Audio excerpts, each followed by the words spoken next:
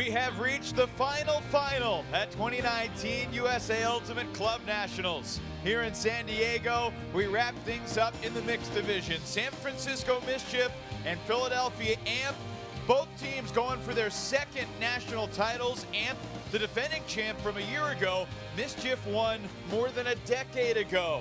And in the semifinals yesterday, Amp needed a ridiculous comeback to get here, overcoming shame 15-14. Mischief, quite frankly, has probably been the most dominant team in the field thus far. They beat Amp in pool play. The defending champs will have their hands full today. Hi again, everybody. Evan Lepler with Megan Tormey, Ian Toner down in the field. One more game to go here in the mixed division.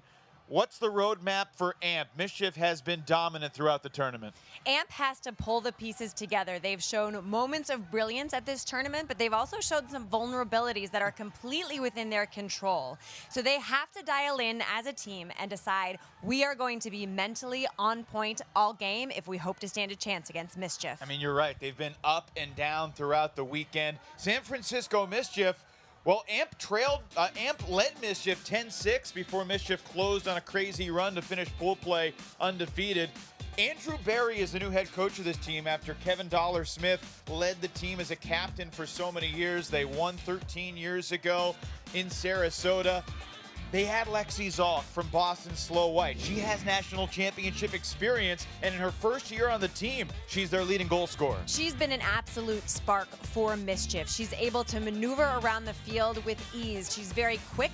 She can tell where her thrower wants to go and is able to cut to that position with a speed that many defenders have difficulty covering. We'll see if Amp can match up with her. Amp has long been known for their talented female players like Linda Morse and Rahamo Zafari and Danielle Walsh and Andrea DeSabato. And how about Anna Thompson? I mean, 2 years ago, she was a teenager playing in the mixed final and was a hero despite the loss. Battled injuries last year. Now she's their leading goal scorer, or leading assist thrower throughout their season. She is a wonder kid for sure. There's so much that she can do that I find amazing, but the thing that I think makes her the most valuable on Amp is her ability to dish out dimes like that one.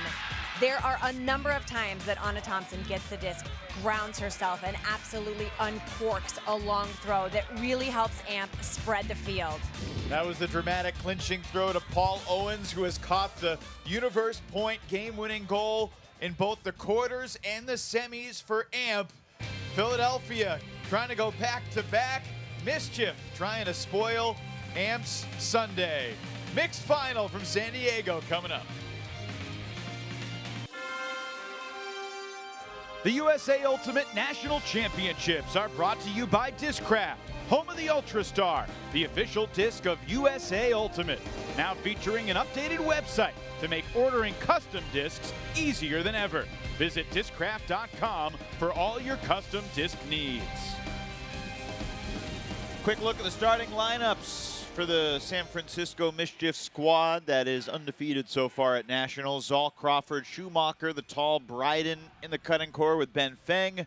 Cody Kirkland has been Mischief's top thrower throughout the tournament, along with Caitlin Rugg in the backfield. For Philly Amp, plenty of champions on this list, including Rahamo Safari, the longest tenured Philly Amp competitor, with Luke Ryan, Malty McKinnon, Natalie Bova, Danielle Walsh, Steve Rosso, and Michael Ing, the dynamic threat wherever he is on the field. Patrick Sherlock, Matt Zumbrum leading Amp, leading our sideline coverage. Ian Toner, take it away, Ian.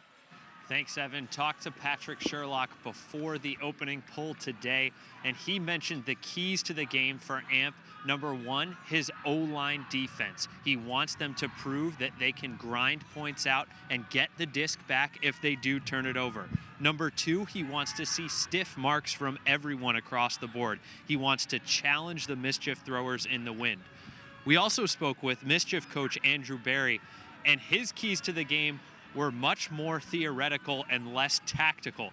He said his team's focused on trust, positivity, and fire would be all they'd need to propel them to victory here in this championship game. Andrew Barry was fired up. It's his first year coaching this team, and he said he can't wait for the game to start, and he wants it to last forever. He said the next 2 hours are just going to be filled with positivity and fun. I said, what if you fall down a couple of breaks? He said, you know what? Our team is at our best when we're not at our best. So he's confident that they'll be able to handle anything that gets thrown their way.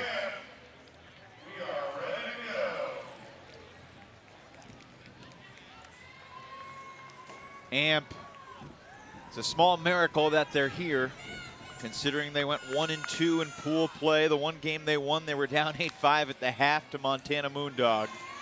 And they needed universe points in the quarters against BFG, a game in which they were broken 6 times, but still were able to win. And in the semis, coming from 3 goals down against Shane. They've had a rougher road for sure, and it will be interesting to see if the battle-tested road to the finals will help them overcome any hiccups they might encounter against this Mischief squad. We got an early stoppage. The disc in the hands of the star, Lexi Zalk. It's a little strange to be... Where's the timing? Before the throw or during? A little strange to be broadcasting the 3rd game of the day and just now see his team from San Francisco. No Fury, no Revolver in the other divisions. A rare occurrence at Nationals.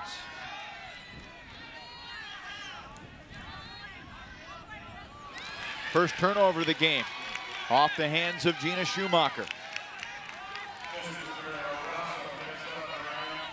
We saw Amp yesterday, Megan, so aggressive in the way they launched the disc deep.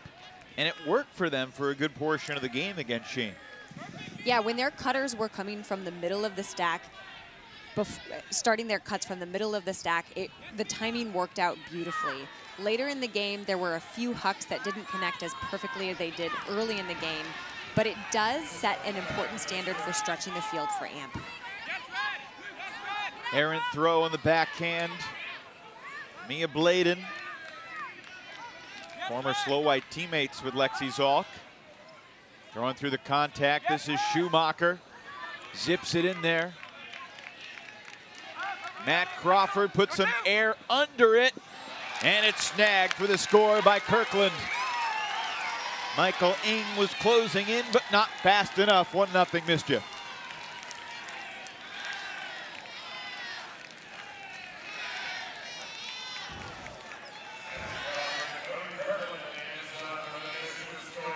So their early break opportunity lost on just on a throw that floated just a little too high.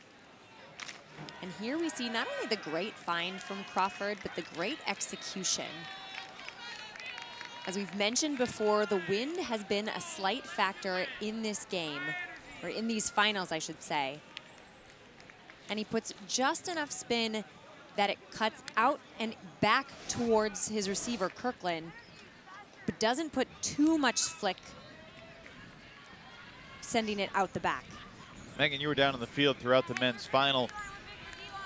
Was there a time where the wind felt consistent in its gusts, or was it just inconsistent and swirly basically throughout the game? So I didn't notice it necessarily being swirly, but it was inconsistent over stretches of time.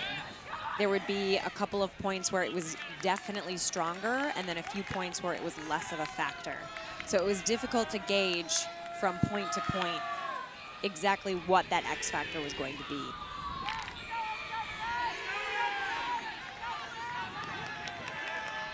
First offensive point for Amp, and Anna Thompson will pick up.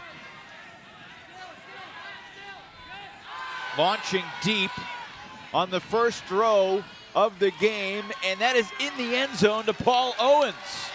Where have we seen that before?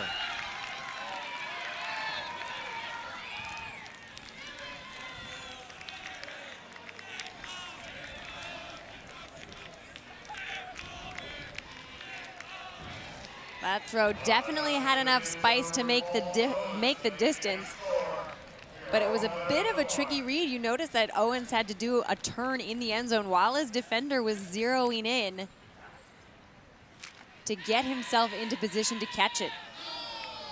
Owens beats the veteran Jordan Jeffrey, who's 10 years Owens senior.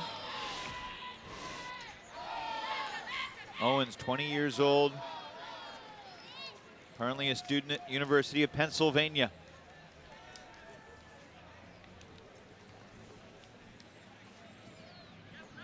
Thompson, stoic and steady. Already talked about Philadelphia Amp's road to the championship. Going 1-2 in pool play is typically not the preferred route to the finals. But check it out. They get past Space Heater 15-12. They come from behind against BFG and then against Shame. They trailed by as many as 3 in that game. We're down 14-12, game to 15. And Amp figured out a way to get it done. Shame had so many chances.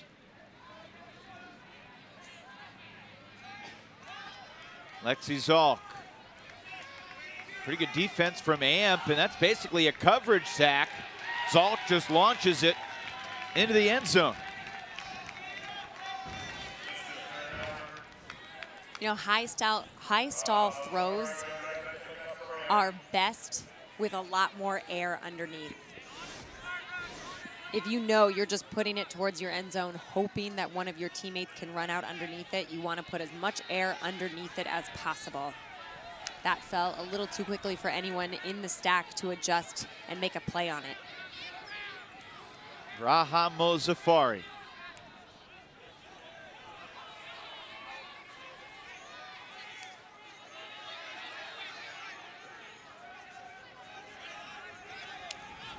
Dish to Ing. Evan Bryden on that mark. Utrika back to Ing, who rips it. And Zalk comes up with a block on the shot intended for Malty McKinnon. Alexi Zalk with the lead, disc over to Mischief.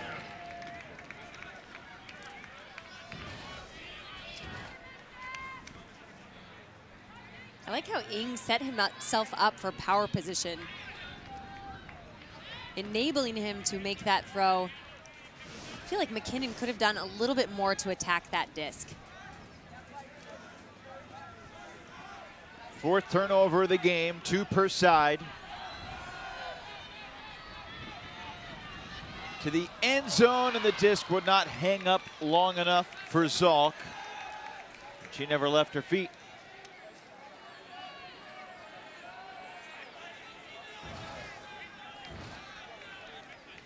Wynn just knocked this one down at the last moment.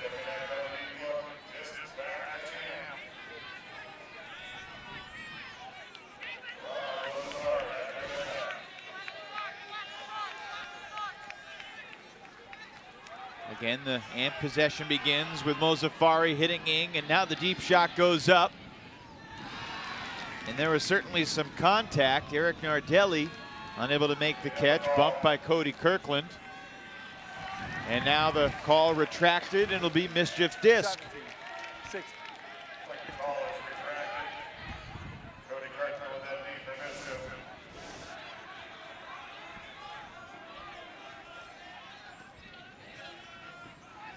Bryden sending it 1-on-3, and it's stolen out of the sky by Butrika.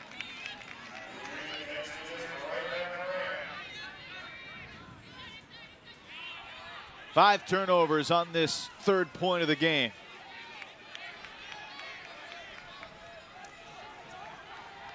Mozafari, that never had a chance.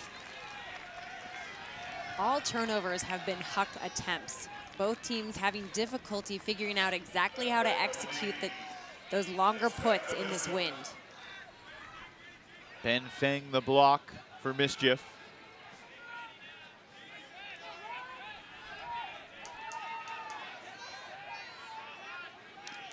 Caitlin Rugg ahead for Feng.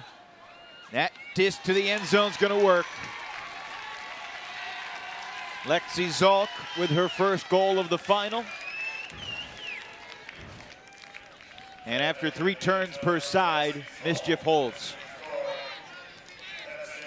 Mozafari's long put canceled shortly after it leaves her hand. And then Zalk showing why she is such a lethal cutter. You saw how she pulled over into the break side, then looked back towards Fang. So he had the entire open space at his disposal. She had pushed her defender into that break space with her. So as soon as she turned, her defender was at her back. She had a wide open space in front of her.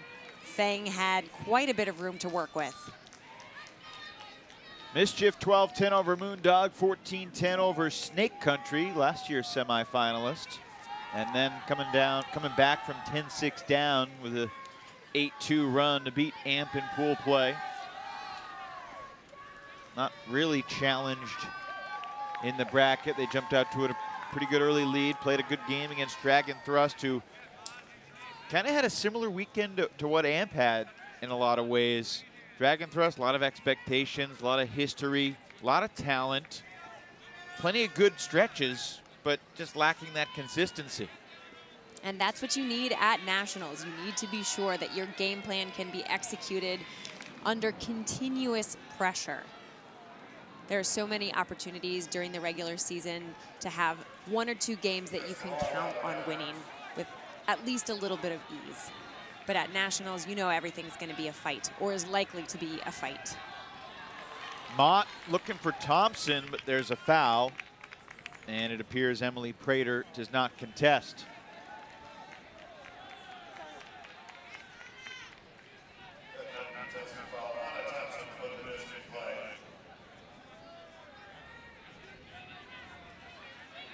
Anna Thompson, originally from Kirkland, Washington.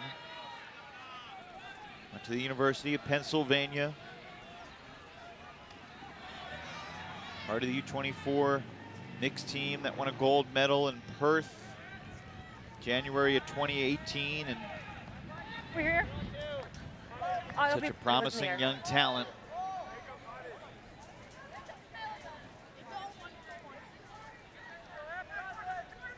Come on.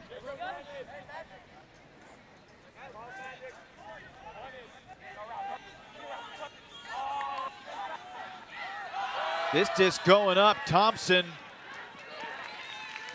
got poached off of, and it's incomplete.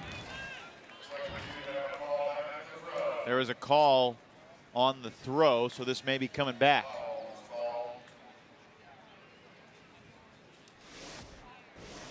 Scott Gatto there ensuring Thompson had no play.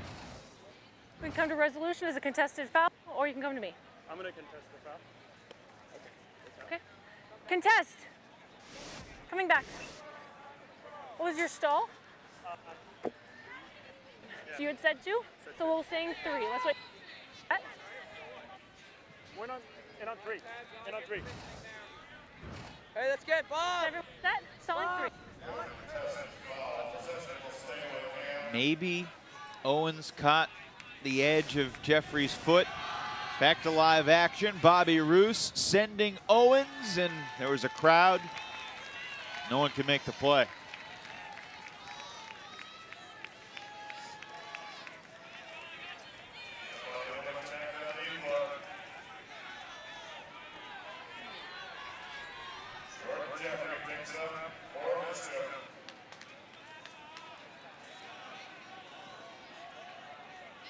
Another call downfield. This is a pick this time.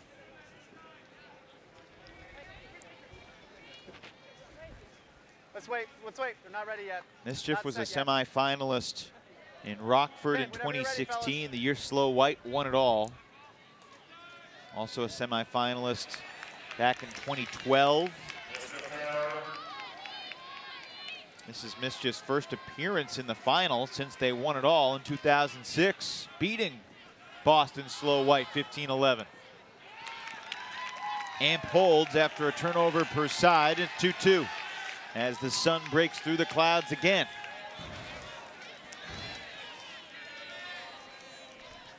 That throw from Jeffries just a little too far on the inside for Stephanitis.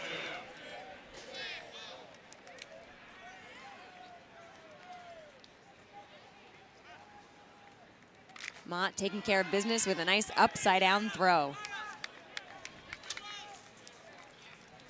Yeah, those throws in the wind can be a little tricky, but that one worked well for Sean Mott. Finding Bobby Roos.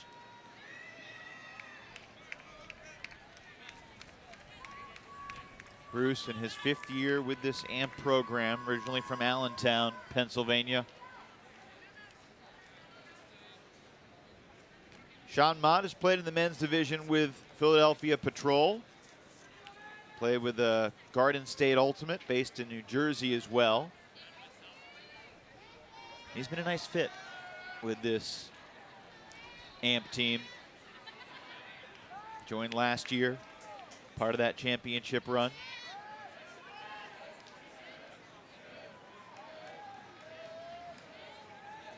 Of course, 2 years ago, Megan, was one of the great finals we've ever seen in the mixed division, when Mixtape outlasted AMP 13-12 in a game that not only was close and not only had twists and turns, but the highlights we saw from both teams in that game, it's breathtaking to remember. Disc almost hit the foot of Ben Feng receiving the pull. Lexi Zalk a touch. Mozafari on that mark. Crawford over to Zalk. Continues for Bladen.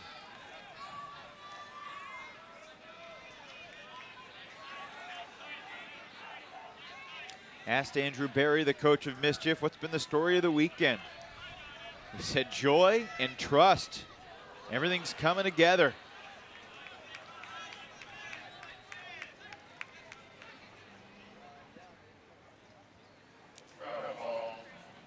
Also chatted briefly with Ethan Fallett, who's not expected to play because of a groin injury. He was cleaning up in warm-ups and throwing with his teammates just because he wanted to be a part of this. He said the team's really prepared themselves super well all season long. Ethan told me this is the most mentally strong team he's ever been a part of.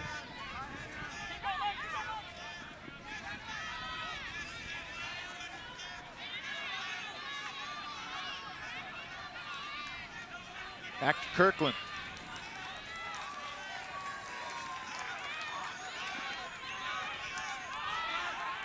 Looking to Crawford. Finds him.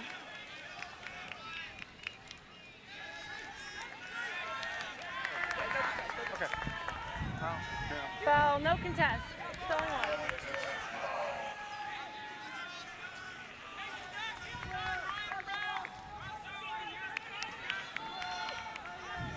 Violation, still on one.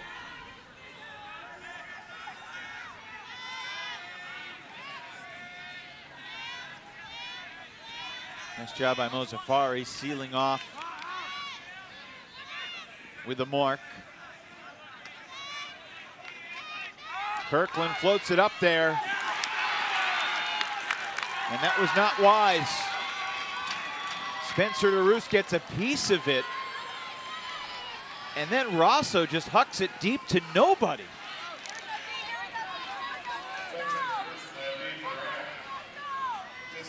Did you see something there that I didn't? No, I am baffled by that decision. Cody Kirkland takes a timeout. And we know AMP has had some success throwing it deep, but you usually have more success when you have someone running deep. That throw from Kirkland had just an unnecessary amount of air underneath it.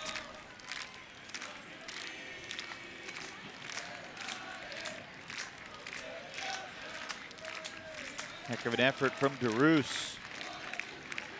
But AMP gives the disc right back in a matter of seconds.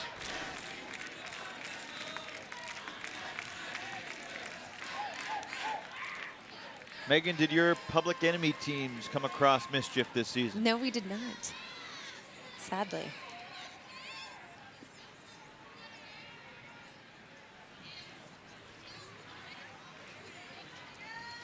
Mischief, one of several Bay Area mixed teams that has always been in the mix. Polar Bears returning to nationals this year. Blackbird getting upset at regionals.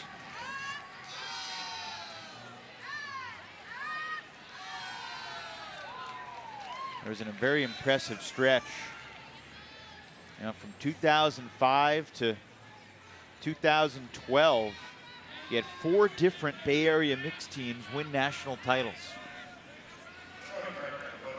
Brass Monkey, Mischief, Polar Bears, and Blackbird. It's certainly something that has been said before, but there is just an overwhelming amount of talent in the Bay Area.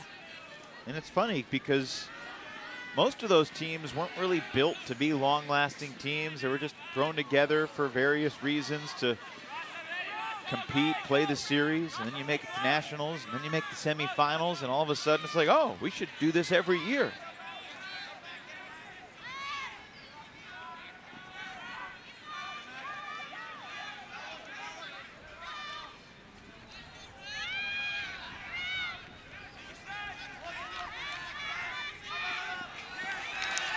Off the mark on that throw. Pretty good red zone defense, and Rosso picks it up again. This time he's got Max Charles going deep, and Charles comes up just shy with the bid.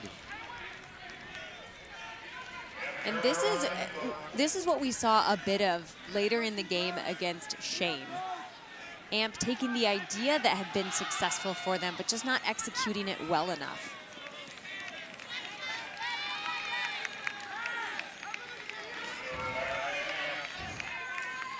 Mischief turns it over for the 3rd time in the point.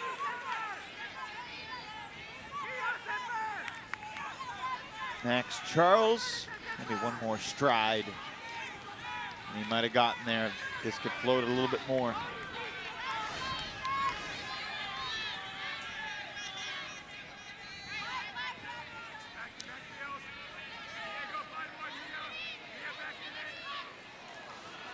It's a poach by Zolk, knocking Hosafari down, but caught anyway by Amp. Nice job by Rosso coming to the disc, and now he launches deep. Wide open downfield, Danielle Walsh. And I think she took a timeout. She reacted like she scored a goal, but she was short of the end zone and put the disc down, and for a second I feared it was a turnover. That was my initial reaction as well.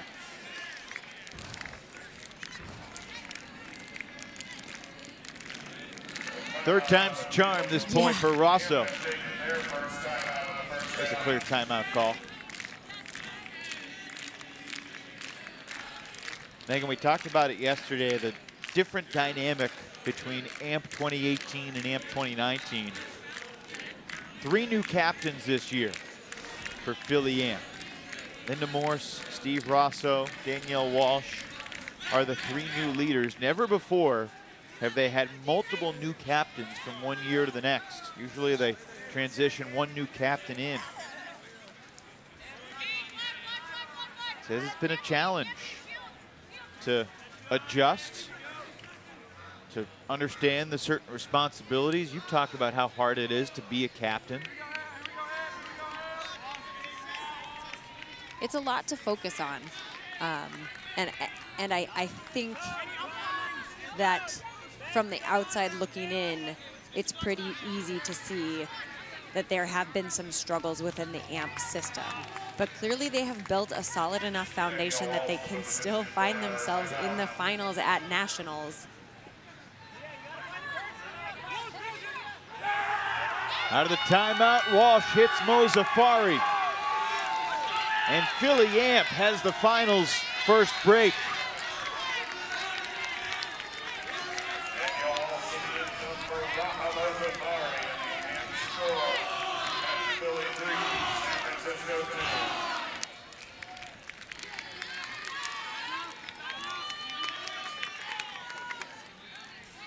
Walsh looked determined to find someone in that small space. Yeah, Mischief did a good job of keeping that window incredibly tight. But Mozafari able to squeeze through. AMP had been 0 for 6 on break chances before finally converting there. Danielle Walsh picks up the assist.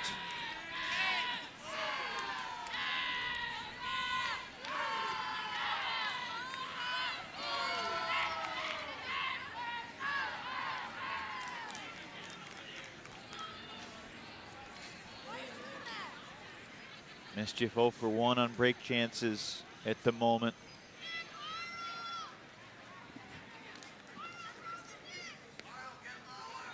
Megan, another dynamic for our coverage today. It's been a long time since we've had 6 different cities in the club championship games.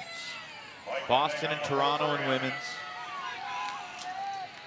Seattle and Chicago in men's, San Francisco and Philly in mixed.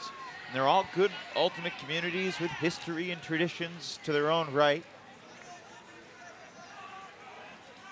Pretty cool reality. It is fascinating to see how the seeds that have been planted 3 years ago, 5 years ago, 10 years ago are starting to come to fruition, changing the nature of these national games. Jacob Smith downfield for Zalk. Needing a reset, and it wasn't there. Tried to force it into Gatto. Amp with a chance to seize control here. Thompson looking for Ing. Picture perfect.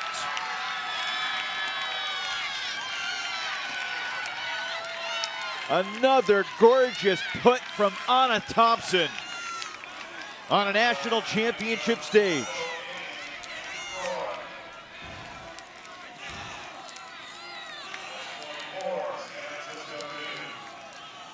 There's the reset that went awry for Mischief. Mozafari centers the disc. And Thompson just unleashes that perfection with ease. She steps out. She rips that across the front of her body, releases perfectly with just a little outside in, and it floats to its intended receiver. And the reality is any throw to Ing in a one-on-one matchup is a pretty good decision, but Thompson put that where only he could get it. Involved in 2 of Amp's first 4 goals here in the final.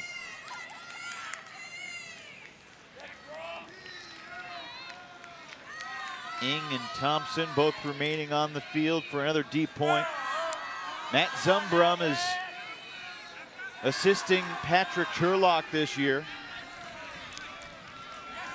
Sherlock in his 2nd decade as Amp's leader. Zumbrum, longtime player, helping out as a defensive coach this year.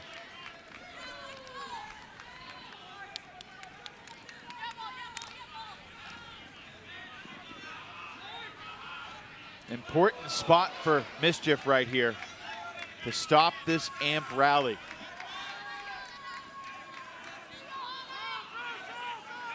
Great handler defense from Mozafari there, denying the reset that clearly Caitlin Rugg wanted.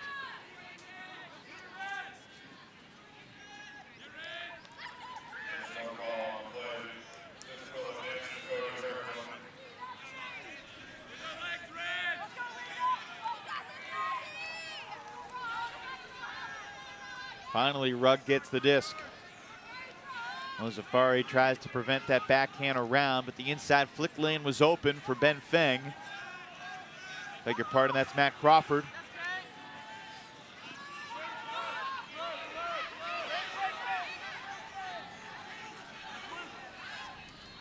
Looking for the end zone. Rugg rifled it in there.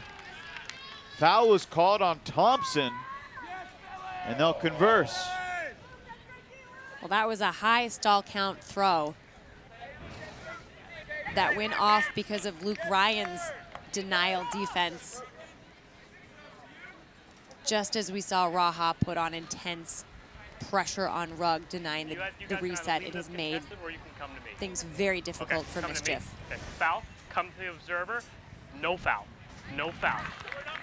Yeah, we're not moving yet, we're not moving yet. It's a heck of a play by Anna Thompson. And here's the thing. So once everyone's set, we'll tap here and then we can go live, okay? I think that was an awesome D. I think that was a block. I think that wasn't a foul. I think you could also make the argument that that's a dangerous play because she's laying out toward the offensive player, and after she got the dish, she landed on the intended target. And I'm not sure how we remove that from our game or if we want to, but I think there's a divergence in the community over whether that play needs to be removed from the game. Certainly some contact there as Ng stumbled trying to go up line. Do you have thoughts? The thing I struggle with is that I feel as though when you are making a play on the disc and in the moment that space is open, it can be hard to assess where that line is. This is a reasonable play to be making, or crossing into this is a dangerous play. And I think it is very, very tricky to define. And I don't know how it could even possibly be taken out, to be perfectly honest.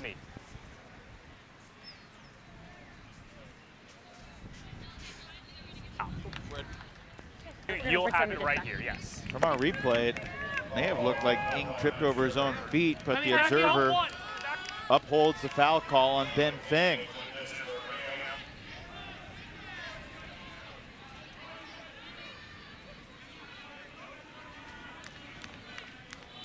So Amp, who scored the last 3 goals after falling behind 2-1, a chance to stretch the lead to 3. To Thompson.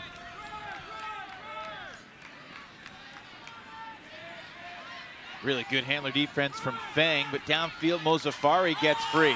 And she'll rip it across the field, but it didn't have enough air under it. What a flick.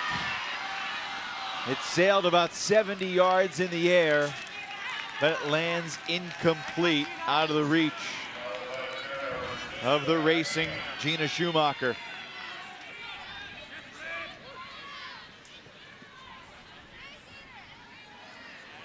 Good idea by Mozafari, but just didn't have the execution, and pretty good defensive recovery there by Cody Kirkland, who's got himself a cannon, doesn't he? Yeah, he certainly does.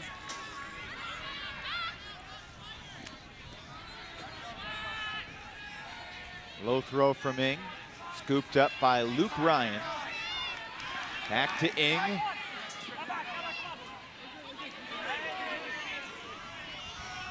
You hear the yell of injury near the sideline. Malty McKinnon was wide open. Take all your time. Lexi Zoll gets peeled off to help out defensively. Look at the ankle.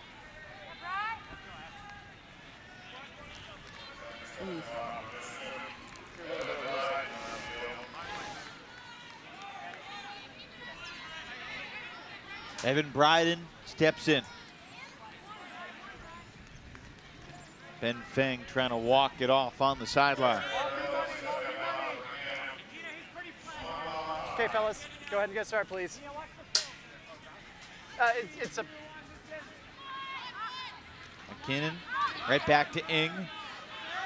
Ryan going deep, and Ng lets it fly. Crawford there for Mischief, and he read it best. And on the deflection, Ryan had a second chance, but it's Mischief's disc. All right, that is purely a case of who read it better. Ryan miscalculated initially, had to adjust twice. Crawford read it perfectly the first time, enabling him to cover the space and make the play. Megan, just anecdotally, Luke Ryan's got to be among the Nationals leaders in layouts. That guy throws his body around so much. He certainly does. Sending Kirkland. And on the tip, he makes the catch. That's a Mischief hold to snap the 3-0 Amp run.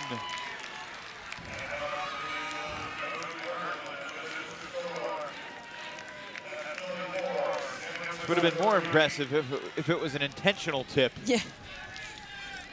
Boop. Got it.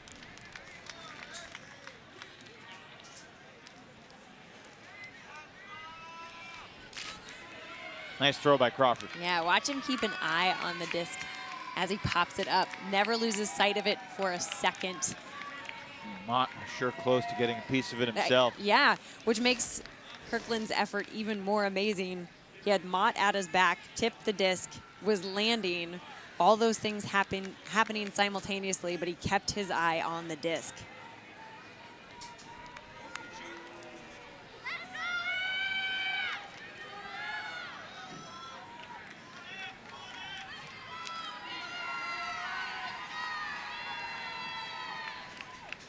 Now let's see if Mischief defense can do some damage.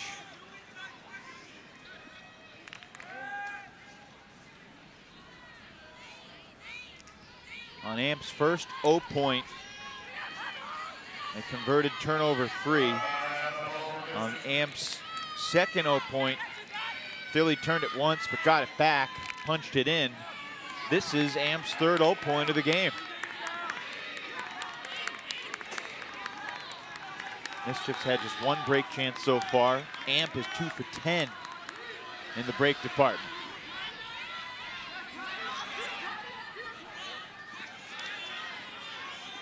Mott staggers, gets his balance.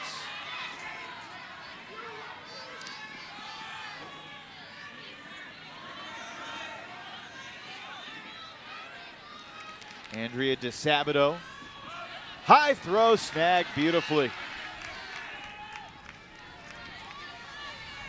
Liz Hart furthers it for Bobby Roos. And now Mott. Excellent in those small spaces as a cutter. Roos up the line. And he's in. Kind of a delayed signal, but it's Mott to Roos for the pretty efficient Amp hold. Very efficient. And notice that it didn't take any errant long throws to get this disc down to the end zone very quickly. They kept things short, they kept things simple. They just churned hard to get ahead of their defender.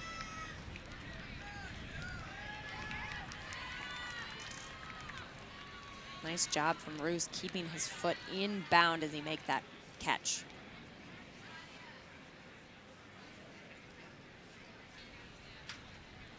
Great look from our crew. Clearly inbounds with possession. And a timeout taken with a score 5-3.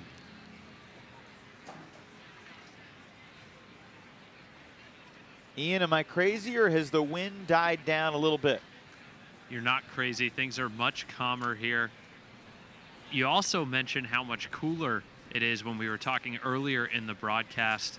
I don't think that has much of an impact in a single game setting, but it certainly doesn't add any burden to the fatigue that players would experience under warmer conditions. But again, the wind much calmer right now, and this upwind throwing condition is not nearly as stiff or severe as we saw during the men's round or even the women's round much earlier in the day. Philadelphia leads San Francisco Mischief 5-3. Megan and Ian, I'm going to let you know this now rather than spur it on you spontaneously. Next time out, the question will be asked, what's the greatest thing you saw at Nationals 2019? Start thinking about it. It can be a play. It can be a hug. It can be a high five. It could be anything. I know my answer already. What do you got? Von Alan-Gilong's D in the men's final game against Sockeye. I mean, that was just such an energy booster. As you said in the broadcast, the crowd had never been louder. I was down on the sideline, and it literally seemed like he came out of nowhere. No one but Vaughn saw that D come in. It was awesome. What a comeback from Machine. They were down 5. They tied it up, and they fall just short, losing to Sockeye on Universe.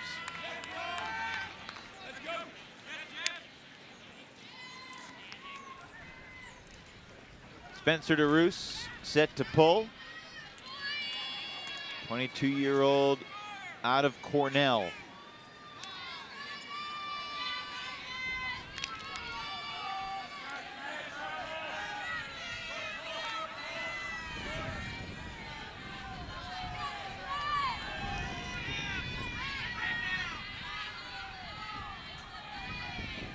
After the timeout, Mischief on offense.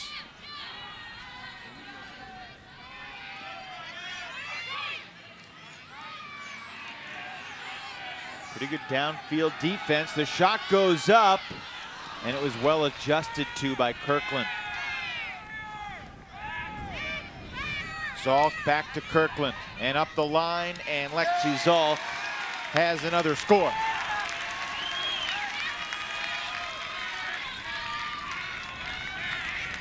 I am absolutely certain that Zolk and Kirkland knew exactly what they were orchestrating there. First, let's take a look at how Kirkland adjusts to that throw. Noticing it's going short, he curves his cut around. He sees Lexi, hits her, then goes knowing that that will set her up for an up-the-line cut for the score. They work together seamlessly to shake their own defenders, enabling this score to happen.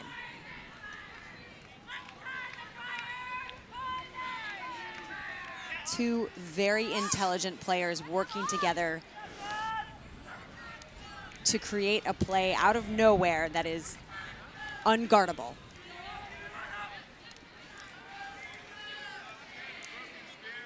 Mischief's assist leader, throwing to Mischief, goals leader. A familiar combo, Kirkland and Zolk for Mischief in 2019.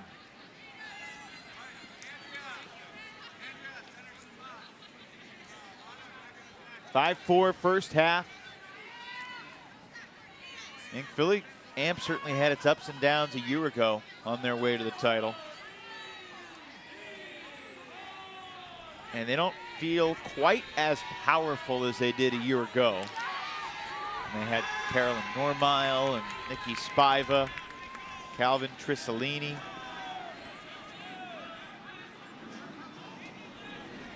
But obviously still a lot of talent as Sean Mott launches deep.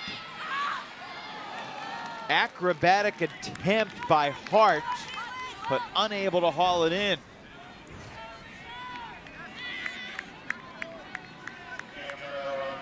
She had her hand on it. This is just Mischief's second break chance, and they don't even complete a pass. And Amp gets the easy goal in transition.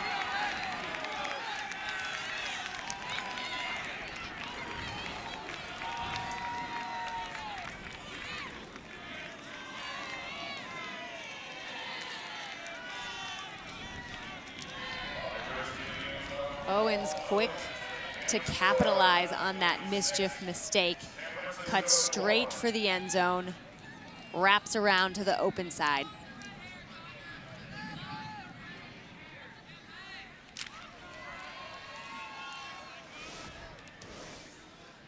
Paul Owens, just a junior at Pennsylvania. Former University of Pennsylvania guy who was on Amp, Matt Carter, basically told Amp that they had to get this guy when Paul was a freshman. Always naturally athletic.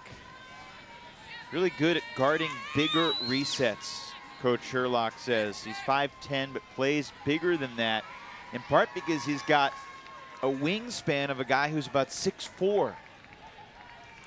Enormous arms. It's a unique part of his athleticism. Amp also says that one of their old teammates, Sean Murray, the joke was that Sean was good at everything, and now they say Paul's good at everything. They went to Top Golf, and Paul was the best on the team at Top Golf. Out of the same high school as Michael Ing and Spencer DeRoos.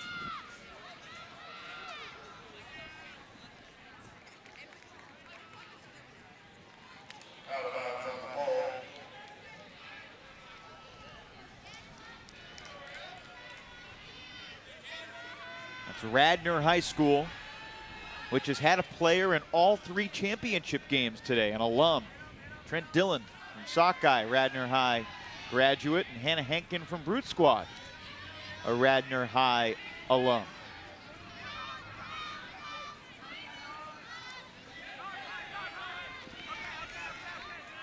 Brute Squad won, Sockeye won. I don't know if that means Amp's gonna win, but it'll be a pretty good day for Radnor High School from an ultimate frisbee perspective. Here's Zalk to Schumacher to Kirkland.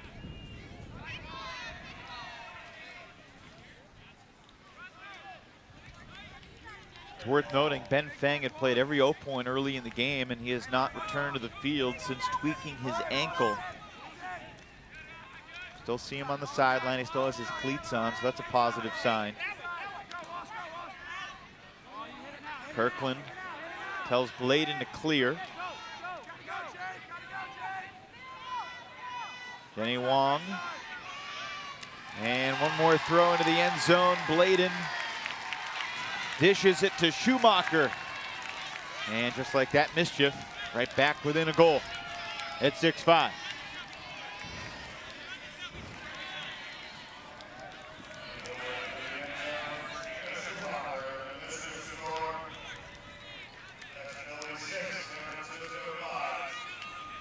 It's a great quick disc movement around the front of the end zone. Mischief showing speed and discipline to make that score.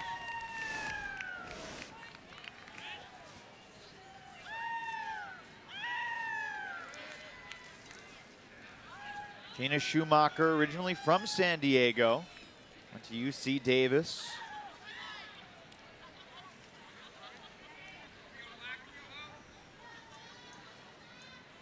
Mia Bladen, just 23 years old, out of Harvard, product of Seattle.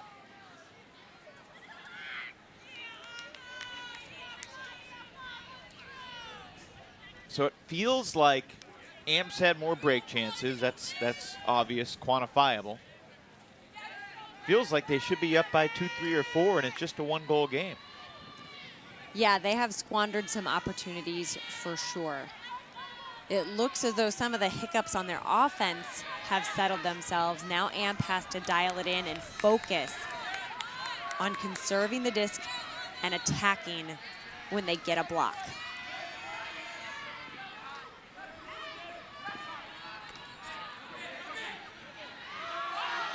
Another huck.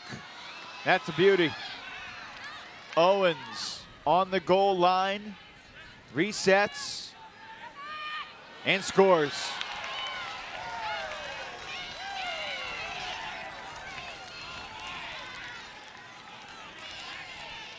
What a name Paul Owens has made for himself here at Nationals 2019.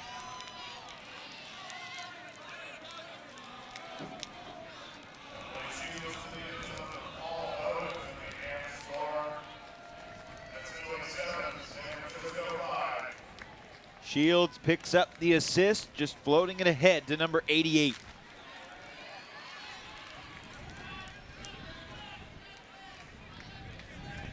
Owens looking ready to dish to anyone who's willing to take it, and then realizes he's a good candidate to make the goal.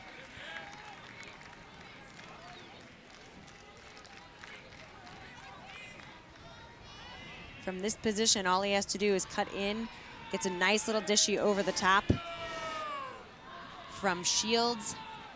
I mean, if you're Mischief, what are you thinking about in terms of trying to slow down the Amp play called Huck It to Paul? I would definitely change the shape of the mark, flattening it up a little bit, especially on Roos, Rosso, individuals on Amp who have shown that they want to huck it deep.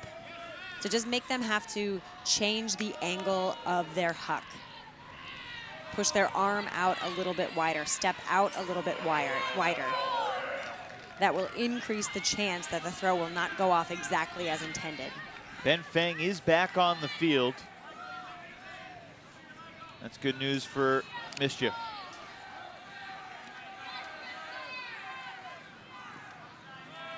Bladen underneath.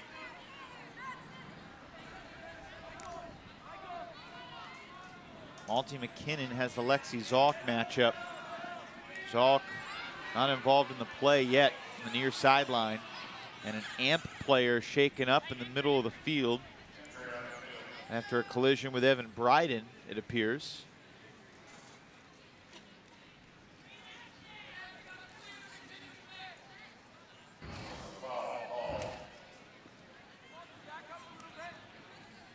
Bryden and no foul Ryan. call?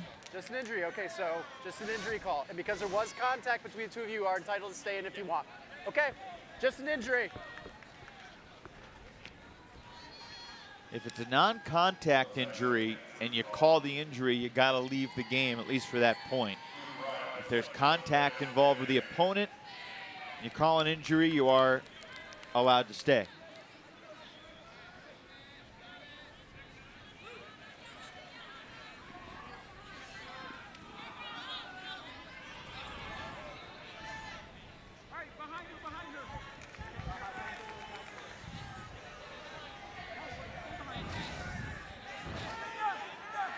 What was your stall at? Anna Thompson just took a little incidental headbutt from Mia Bladen. Like 2.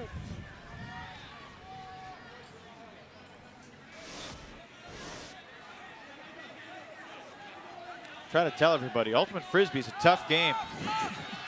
Testing Thompson, what a throw, and Bladen unable to make the catch on that disc that wobbled a little bit at the end. I don't think she realized it was diving down right into her breadbasket. You saw her try to catch it with both hands up, claw-like. A pancake catch would have been more appropriate the way the disc dove down to her chest. That was a sinker.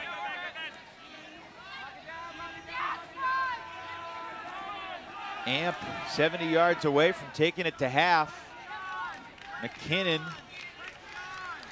to Thompson, but over her head, and she's unable to recover, bidding near the sideline.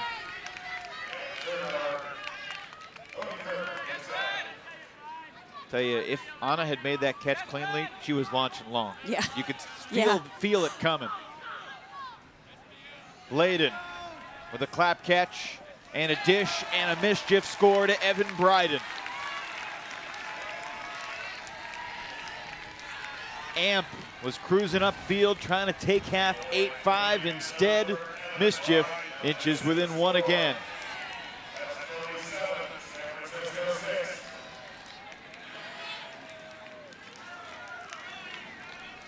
Mischief does such a nice job of setting up their handler resets in a power position. Saw Zalk throw behind and just a shade to the open side, enabling that string of throws to go off.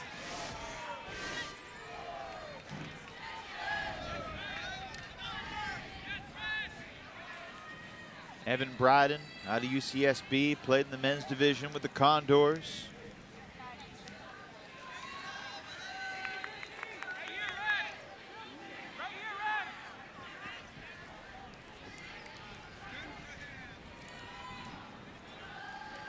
It was fun to see one of the dignitaries of Ultimate past, former Condor legend, one of the godfathers of West Coast Ultimate, TK, Tom Kennedy, over at the Surf Cup Sports Park. He and a number of his old Condors teammates were out rooting for the Condors, who are now known as the SoCal Condors. They are the oldest club team in terms of that's still around today.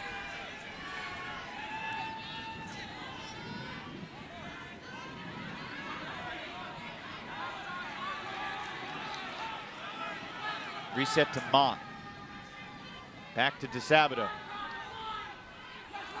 And great underneath defense from Lexi Zalk. You can tell it's an important spot of the game. Zalk crossing over to defense. And then for the second time, Jordan Jeffrey airmails a backhand that really wasn't that difficult of a throw. And then became a very easy D for Amp. Owens is the one throwing the deep shot this time, and that could not have been more perfect but there was a foul called, presumably on Owens. Mitch Dengler, the observer, closest to the play. Are you saying he came across on the pivot or on the release? As he's released during the back end. Yeah. Okay. So we come in here. Is that in the rule book? I think if it's before the release, then it's. No, I think it was. Yes, I think it was after release, because if I release here, it would have gone that way. Okay. Yeah. The call is rescinded, and Amp takes it to half. And that was a ridiculous throw from Paul Owens.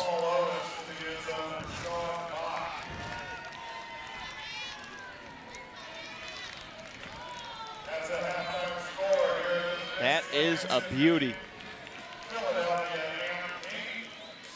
Man, Mott had to run more laterally than he did vertically to make that catch.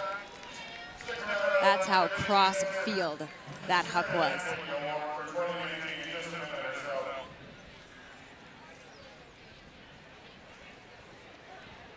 Good spirit from Mischief, retracting the call. And Sean Mott scores his first goal of the game to go along with a couple assists.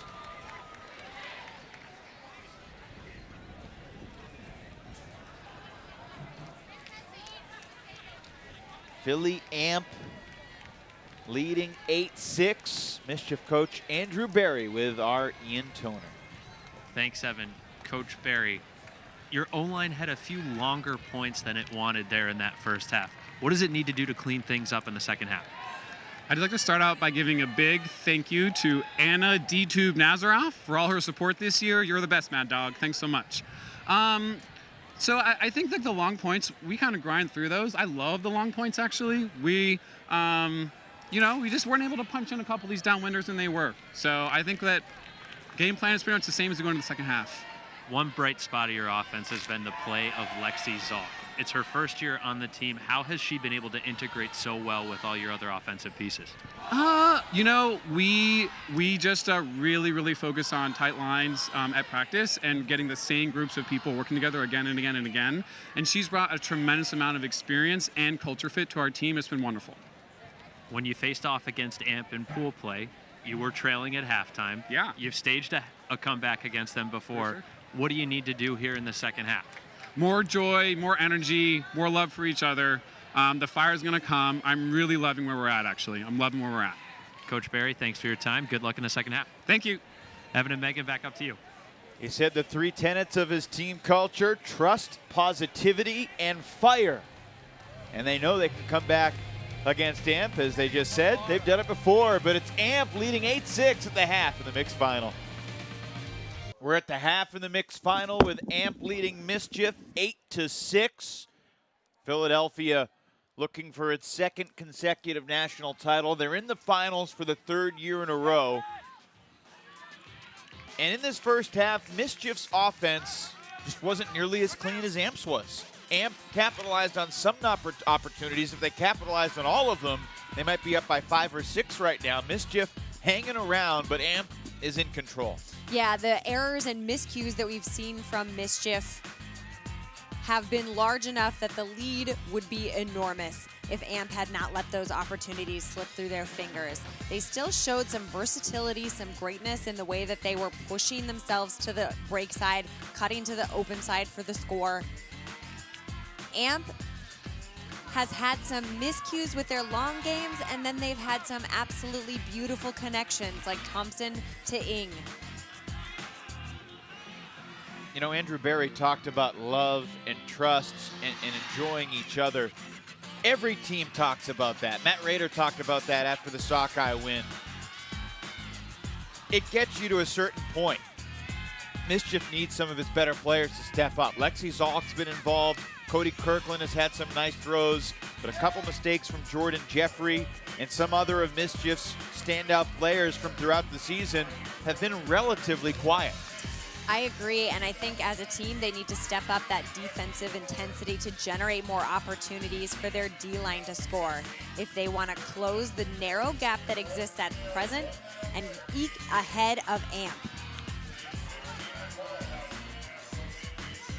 Paul Owens, what a half he had. Showing off his versatility here with a beautiful long put to Mott, who has otherwise been dishing assists this game.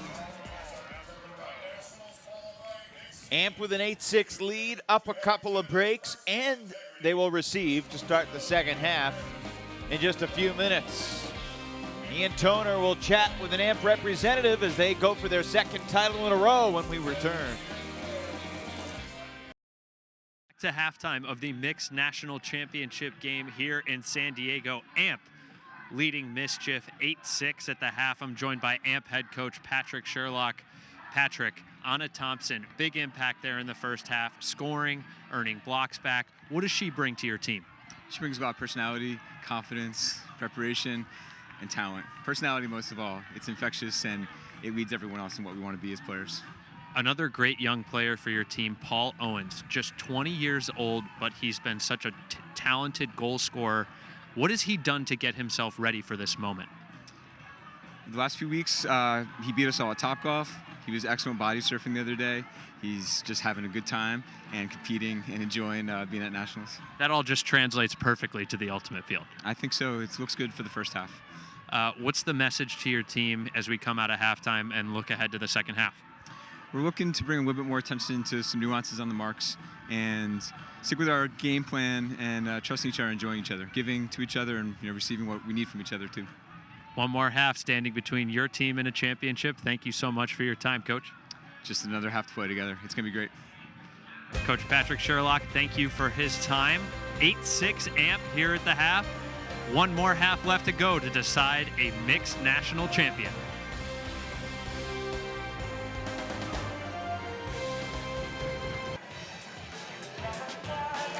Lots of contributors scoring multiple times in that first half. 2 players on each team with multiple goals, 2 players on each team with multiple assists.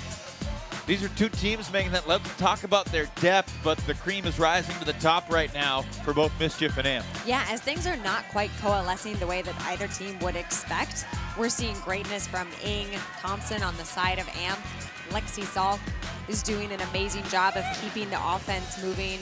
Kirkland is making a name for himself. Crawford has had a great throw, a couple of great throws. Yeah, they're really relying on their top-end talent right now. Jordan Jeffrey getting ready to pull to begin the second half for San Francisco Mischief. There are 105 games that matter at Nationals, not including pro flight qualifiers or consolation.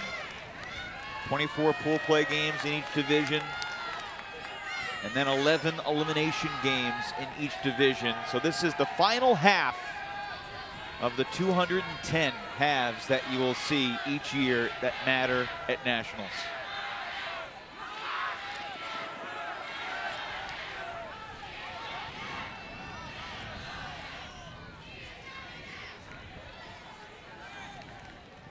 Mischief player shaken up downfield, and we're going to get an injury sub. Yeah, she's calling foul also.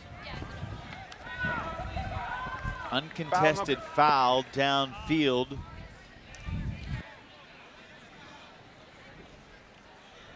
So Lily Stepanitis to the sidelines, and Lexi Zalk onto the field.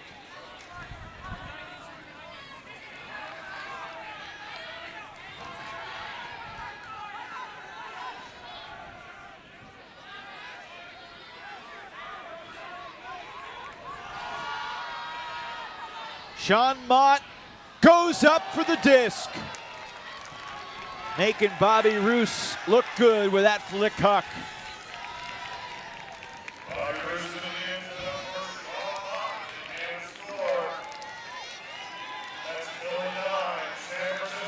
Stall count rising. Sending it deep to Mott is a good call, even when there's plenty of red jerseys nearby. Arching ever so slightly backwards as he makes that grab. Mott is agile, athletic, and on the board again.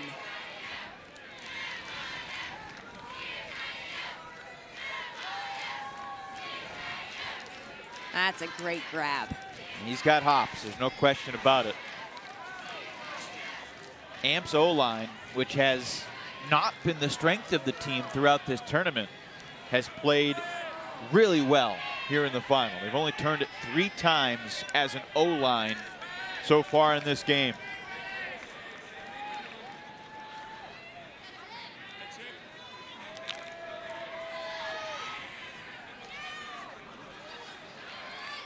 Sherlock from one side of the field, Zumbrum from the other. Given the last words of wisdom before Jake Butrika's pull.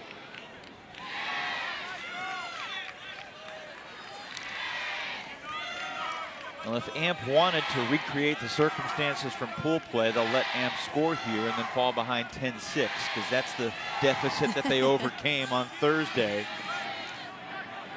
In a game that both coaches talked about, point differential was going to matter after that one, because if Mischief had won, Mischief basically just needed to avoid losing by more than 2 to win the pool. Amp also had point diff in mind, and Patrick Sherlock expressed some regret that they were thinking about point diff because it took them maybe a little bit out of the moment.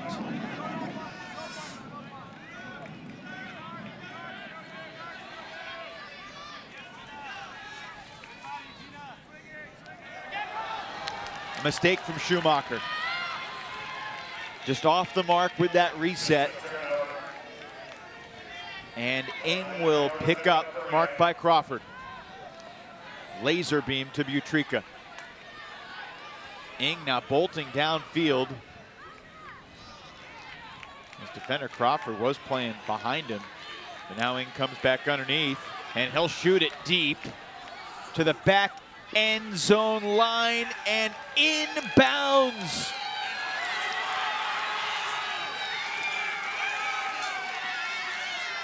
Eric Nardelli keeps it alive, and well, Mischief has replicated the circumstances from pool play in terms of falling behind Amp 10-6. And there's another mistake from Mischief on what should be an easy reset. Now watch as Amp gets that disc from one sideline to the other, and Ing has his sights set on the end zone. So as soon as he gets it, he turns and looks, sees Nardelli, lets it go. Not a lot of space to work with at all, but Nardelli reads it perfectly. Nardelli, the 26-year-old out of the University of Delaware. Perfect put from Ing. We are less than 15 minutes from soft cap. And Mischief has a ton of work to do. I'll give Amp credit. You know what? They have had their backs pushed up against the wall, and they have responded, and they've improved as the weekend has progressed. Focusing on lots of little details in the progression. And I think that shows an interesting new color to this AMP program. I'm sure that a lot of players listen to the broadcast, read the articles, and think, how can people say that we're struggling this season? We're in the finals. But they haven't arrived with the same decisiveness that we've come to expect from AMP the last couple of years. However, the strength and solid foundation they have built shows that they can withstand great personnel change, work together, and learn to perform even this late in the season on the biggest stage.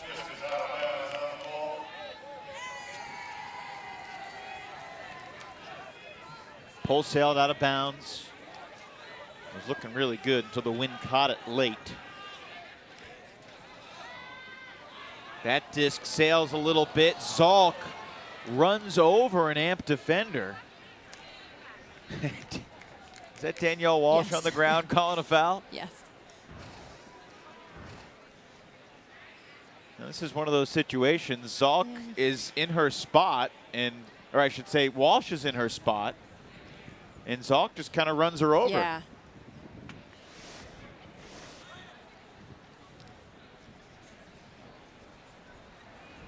I was following the disc. Okay, okay. She was standing perfectly still. You turned, so it's a foul on you. No, it's her disc. Oh, Mitch, you are a gem.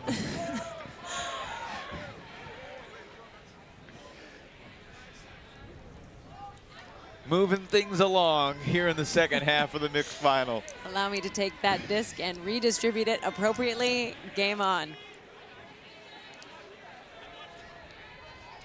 Amp's possession up by 4. And Walsh shooting it long. That's perfect again. Luke Ryan makes the catch. And he looks incredibly proud to connect on the kick spike. A little bit better than yesterday. Back-to-back breaks and 3 straight Amp scores to begin this second half, creating some substantial separation. You know, there are players who do not thrive under pressure or tense situation that might get your adrenaline going. Danielle Walsh is not one of those people. She is someone who can get fired up and channel that energy into positive production for her team. Luke Ryan made the catch yesterday to tie the game at 14 and tried to kick spike it on the run and barely made any contact with the disc. So this time he wanted to be a little bit more stationary, make sure he celebrated properly. How about that throw from Walsh? It was a good one.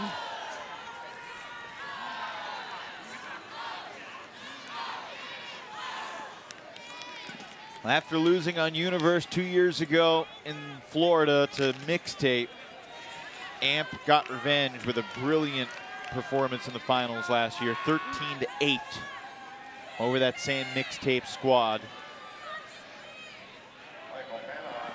Mixtape went through pool play perfect, but was knocked off by Dragon Thrust in quarters.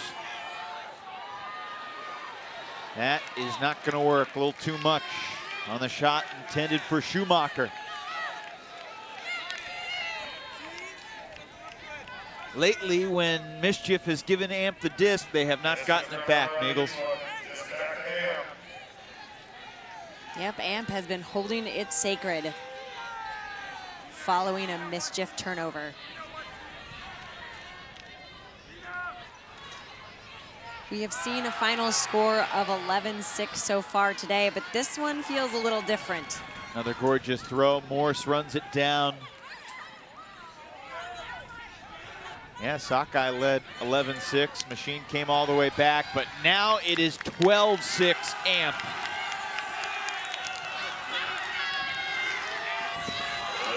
Five straight goals for Philly. That's Philly 12, San Francisco 6. Mischief has not been connecting long, not been connecting on the resets, and down the stretch, Amp has been connecting on everything.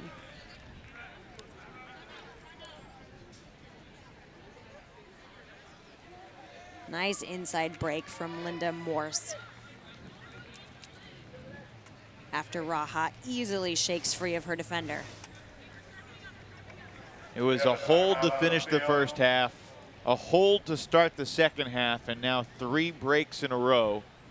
Nardelli, Ryan, and Mozafari scoring the breaks to make it a 12-6 game. First time out of the second half. And this is a position that Mischief has not been in. Obviously, they were down 10-6 against Amp in pool play, but there are looks of resignation on many of the Mischief players' faces.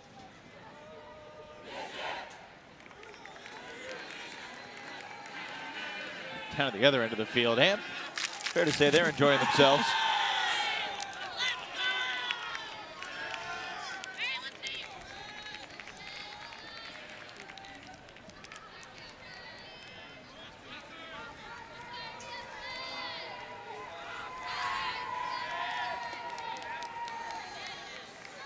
No break chances at all for Mischief here in the second half.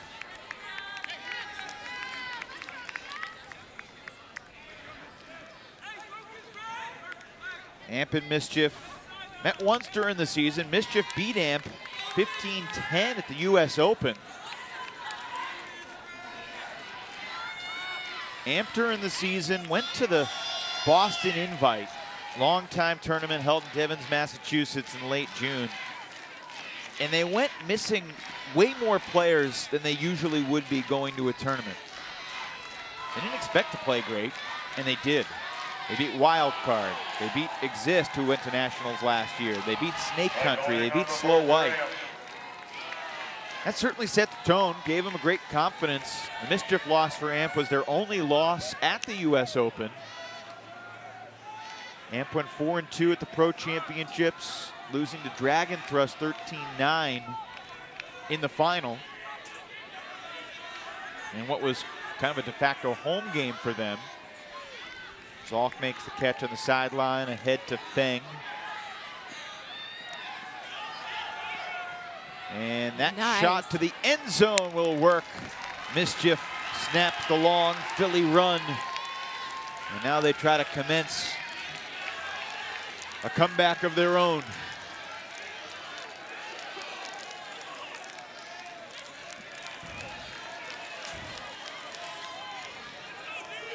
That was the shot that really opened things up for Mischief.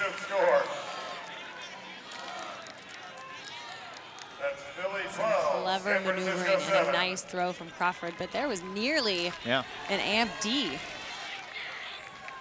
A little bit more float, one more step for Amp, and that would have been denied.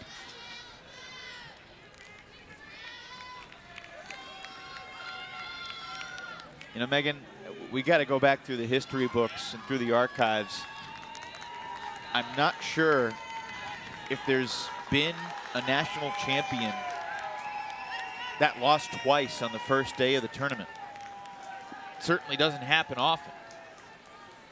But Amp is 3 points away from making a unique brand of history. Mischief was the dominant team in Pool C. But you got to make the bracket, which Amp did. And the most important thing is playing well in the bracket. And ever since the format changed in 2013 to eliminate power pools, it really has all come down to making the bracket, however you get there, and then it's a new tournament.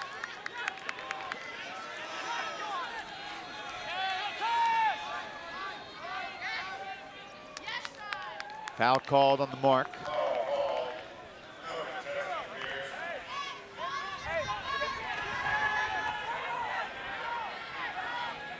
Andrew O'Connor has not played big minutes, but he's out there now. Jordan Ryan. Michael Panna. Travel called.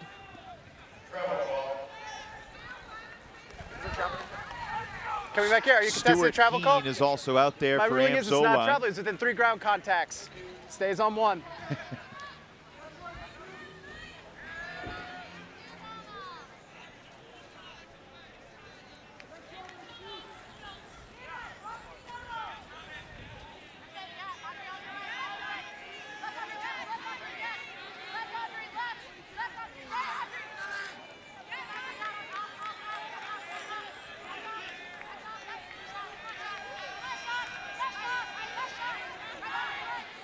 Nice scoober.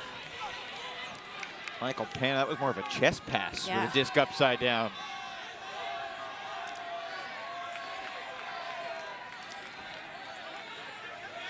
I feel like the Amp sideline would go pretty nuts if this group of 7 can work it down the field and punch it in without a turnover. A lot of the stars looking on from the sidelines, but AMP showcasing its depth. I said 5 before I did 5. You guys have been saying stalling 5? That seems fair. I said 5 before. Yes, but it was earlier. We're saying stalling 5. Saying 5. Nice job breaking the mark.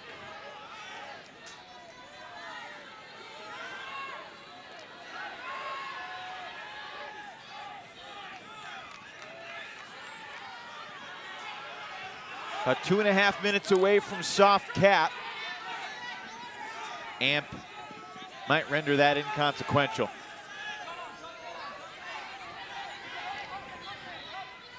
Ryan gives it to Panna. Here's Anna Thompson, and she throws it into the end zone for the score. It's Emily Shields scoring AMP's 13th goal of the final. Reestablishing a 6-goal lead. San Francisco 7. Some really great patience from AMP this point. Taking care to make sure the lane they're looking to hit is totally open. Good patience, good resets, and a good finish. Thompson records another assist. And AMP's closing in.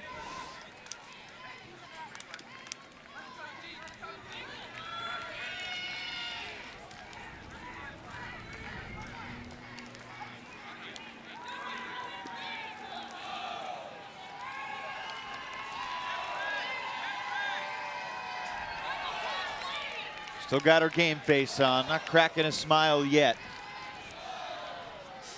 There is still business to attend to, Evan.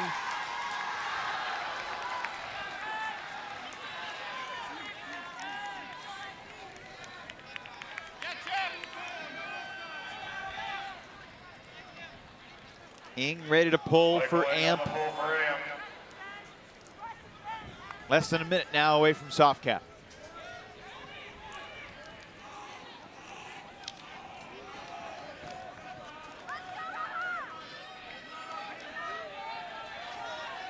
Cody Kirkland has not really gotten it going today, but he fires this backhand deep, testing Ing. And it's incomplete.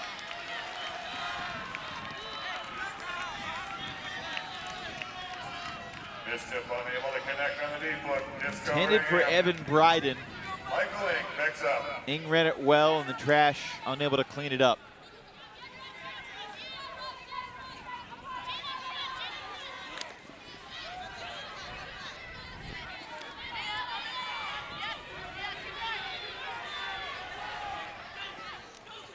Look at the clinical way AMP is moving the disc right now. Yeah. I don't want to jinx them, but it's my job to let you know that they have not turned it over in the second half.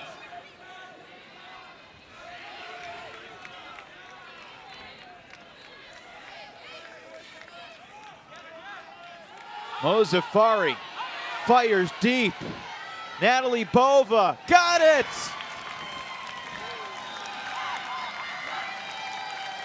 What a magical throw that was.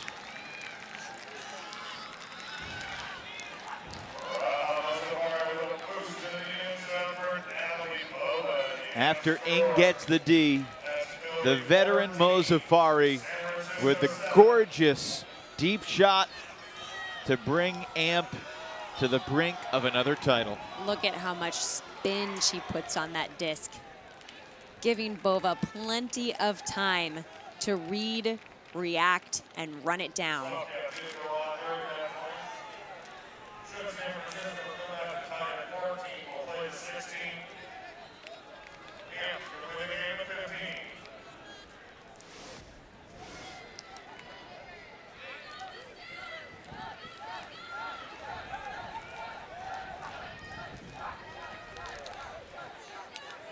The contrast, Megan, between these two teams right now. I mean, coming into this game, there's no question Mischief had been the better team through Saturday night.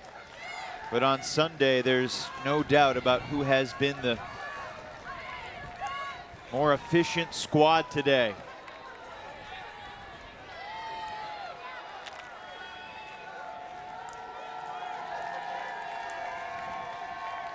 Amp is one score away from going back to back. Steve Rosso on that ball for Amp.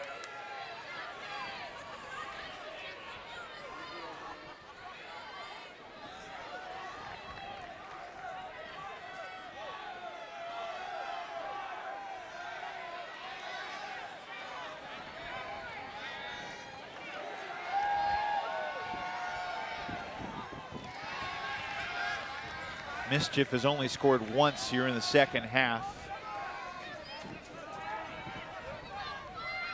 Going back to the first half, it has been a 7-1 run from Amp, and they'll try to close it out right here.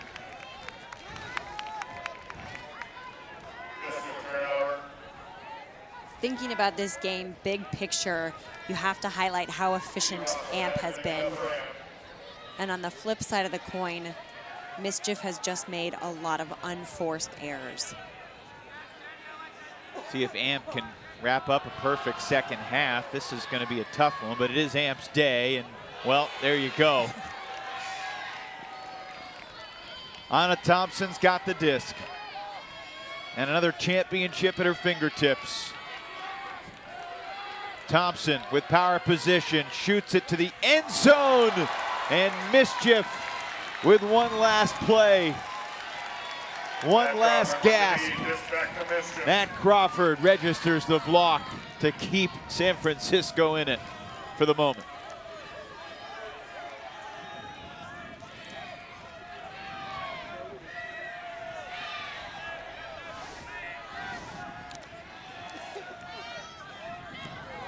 Thompson unsuccessful with her bid. Zalk flips it forward. Devin Drury back to Zalk.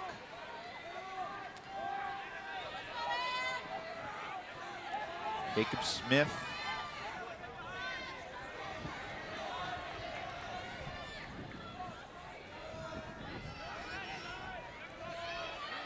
Crawford coming back under, he's got it. Adding to the bid count was Ryan, and there's a Mischief score. A little flip over the top. Zalk with one more goal.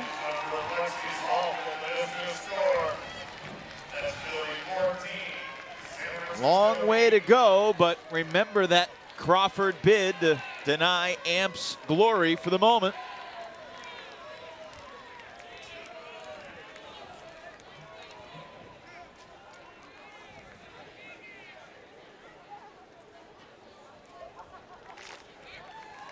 Nice movement from Mischief that possession, but not enough to make up for the 13 unforced errors they've had this game. Good shape on that finishing throw from Matt Crawford. So Amp will have a chance to finish it on offense here.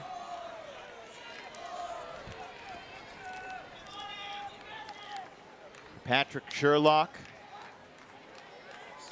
Sean Mott will be back on the field, as will Andrea DeSabato and Linda Morse.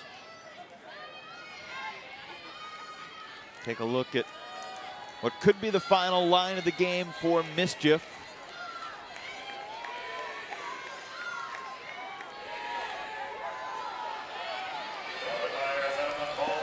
Paul Owens will receive this pull.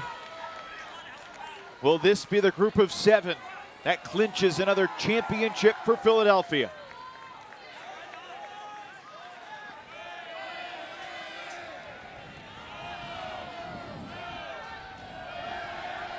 Bobby Roos has not been bashful this game about shooting it deep.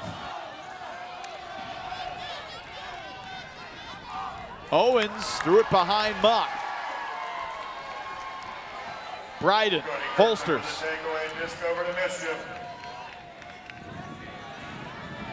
Now the stall count's rising, but Kirkland appears for the reset.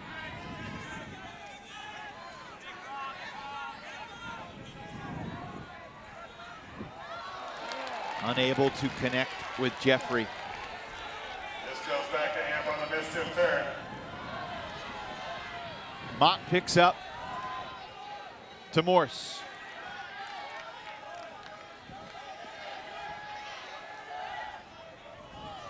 Tough snag by DeSabato, and a pick downfield creates a stoppage.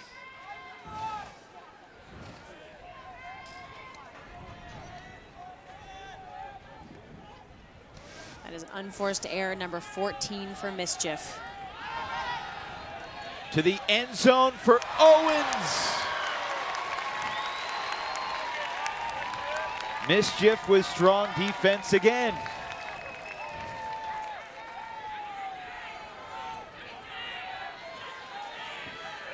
Bryden this time delays the celebration.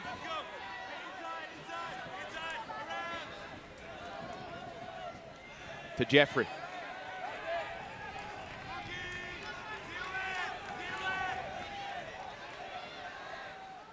Here's Zalk. To Bryden. Nice job switching the angle of the field there. Big swing to Zalk, and then downfield at Stepanidis. Kirkland shooting it. Oh, off the hands. Just covering Amp on the Mischief turn. Kind of the story of the game right there. Mischief just has had some plays to be made, unable to make them. Julia Salvation unable to haul it in.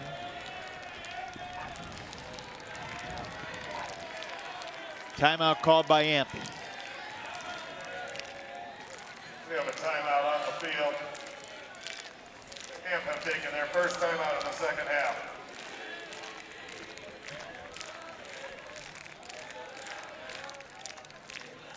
Well, thankfully the timeout gives me a chance to check in with Ian and ask him what has been his favorite moment of Nationals 2019.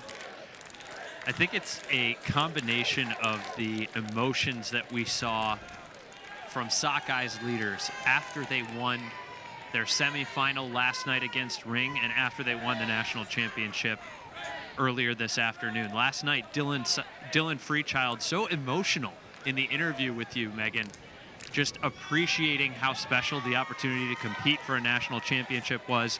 And then immediately after Sockeye scored the championship clinching goal, head coach Mike Caldwell sprinted out onto the field and just collapsed and started slapping the ground in what I believe was thankfulness, awe, some combination of those, but just seeing the raw emotion and appreciation for opportunity and having achieved goals. It's not something you see every day, and it's something that I appreciated as well. You could see those emotions pretty shortly from Philly Amp. Morse sending it deep. Liz Hart could not haul it in.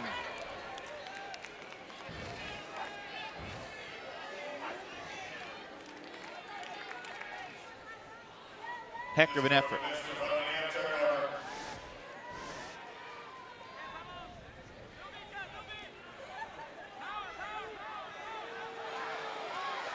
That's a perfect throw, and Salvation makes the catch this time.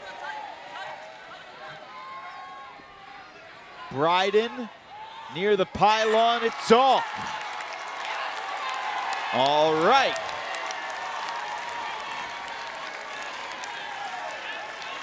Mischief breaks to get within 5. Remains to be seen whether this is simply making the final score a little more cosmetically pleasing or whether we are seeing the comeback of the century brewing.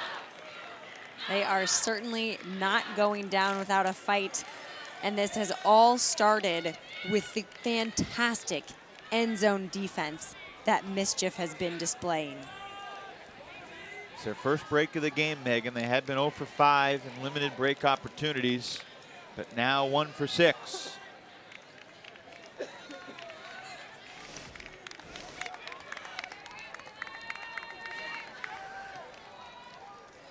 Zalk has scored almost half of her team's goals, 4 of the 9. Evan Bryden has been involved in 2 of them himself.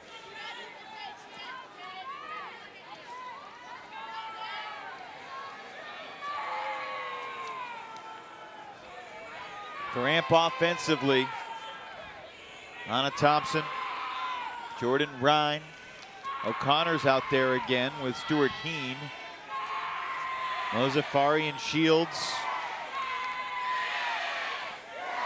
along with Panna.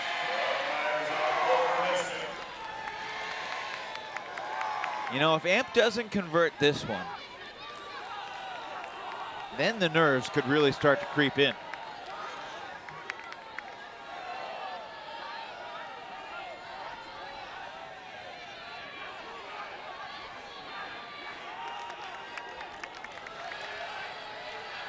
Mozafari to Thompson. The joke goes Raha to Little Raha.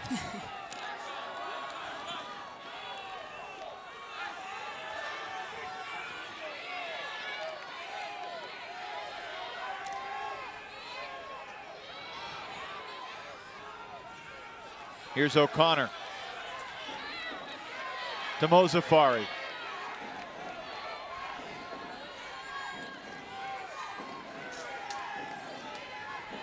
Amp, a program that has been consistent throughout the years in the mixed division, always a contender. Their 3rd straight year in the final. Lost a heartbreaker in 2017. Finally became the mixed division champs last year on this field here in Southern California.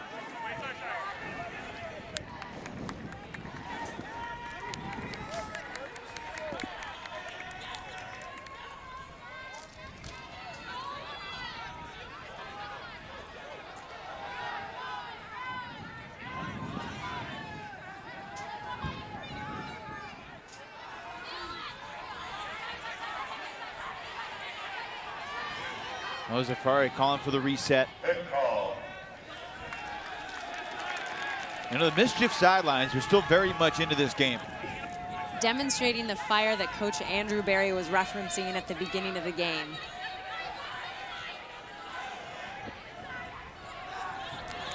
Pass a little behind Thompson, but she adjusted well.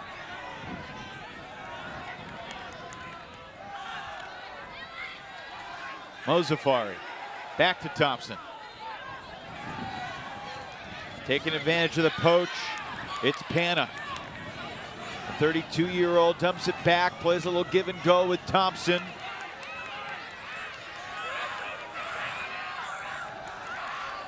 Good defense there from Mischief. Raha and Anna work it, and then to the end zone, there is a call. Hold on.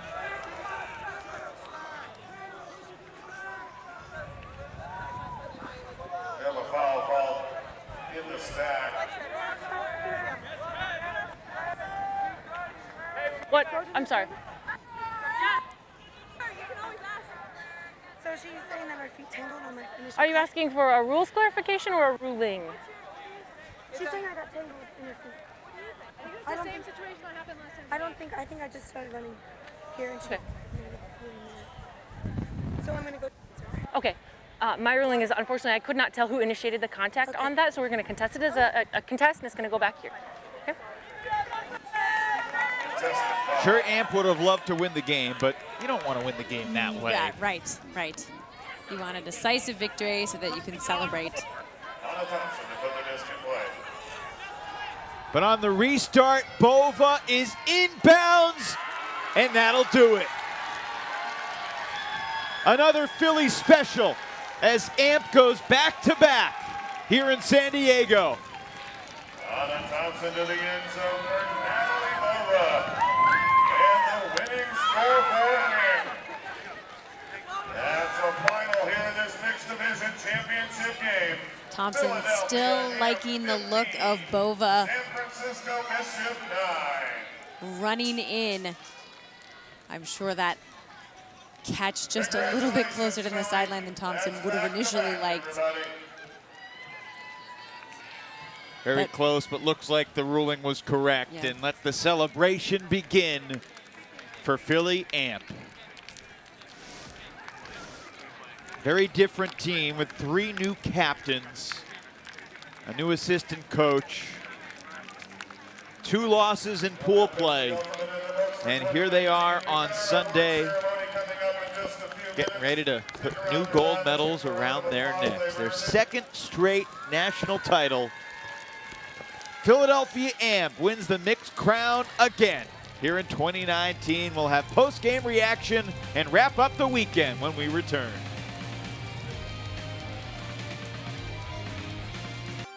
The USA Ultimate National Championships are brought to you by Discraft, home of the Ultra Star, the official disc of USA Ultimate.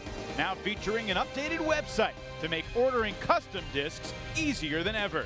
Visit Discraft.com for all your custom disc needs. Nationals 2019 is over, and Philadelphia Amp has just begun its championship celebration after winning the mixed title for the 2nd year in a row. Only person not in that group is Anna Thompson. That's because she's with Ian Toner. Ian? Evan, thank you. Anna, Amp is now defending national champions, back-to-back national champions. Yep. How does that feel to you? Words can't describe it. It's been a hell of a tournament, and it's been amazing. You mentioned that this has been a hell of a tournament. You had 2 losses in pool play, 1 to this Mischief team. You had your backs against the wall in semifinals. How were you able to persevere and find a way to win in each of those instances? I think those games are exactly why we're the champions again. I mean, they take a distinct grind, distinct mental toughness that we've been sharpening all tournament, and that adversity is something that we internalize and push back on our opponents when we see them next. This season's team, a different roster compared to the 2018 champions. You lost a lot of big contributors like Nikki Spiva, Carolyn Normile, but so many people stepped up. Paul Owens and a number of other contributors filling big roles for your team. How was your team able to reload and groom that young talent so well? Nikki and Carolyn and all the people that left are great. Calvin, Nico, I can't name them all, but like we had that talent all along behind them. Everyone has been ready to contribute. Everyone has been contributing bottom to top of the roster. That's no different this year. We're a new team and we have new goals, and we've been pushing that all season long. We've been working really hard. What are your goals as a player as you look deeper ahead into your career? I don't know. I'm relishing this moment right now. Are there any Safe for Air championship trophy stories that you could share with us from last year's celebrations? Well, we have a ball that we throw around, so the ball sat really nicely in the trophy for a while. All right, well, I've kept you away from your team long enough. Congratulations on defending your national title. Thank you. Evan and Megan, back up to you. Great job, Thank you, Ian. Anna. Congratulations to Anna Thompson and Philly Amp. Really, the story of the game was Amp's deep game and their ability to connect. Paul Owens mightily involved, Sean Mott as well. These are our Discraft plays of the game, brought to you by Discraft, home of the Ultra Star. The ease with which Amp was able to score on so many points really helped edge them ahead of Mischief.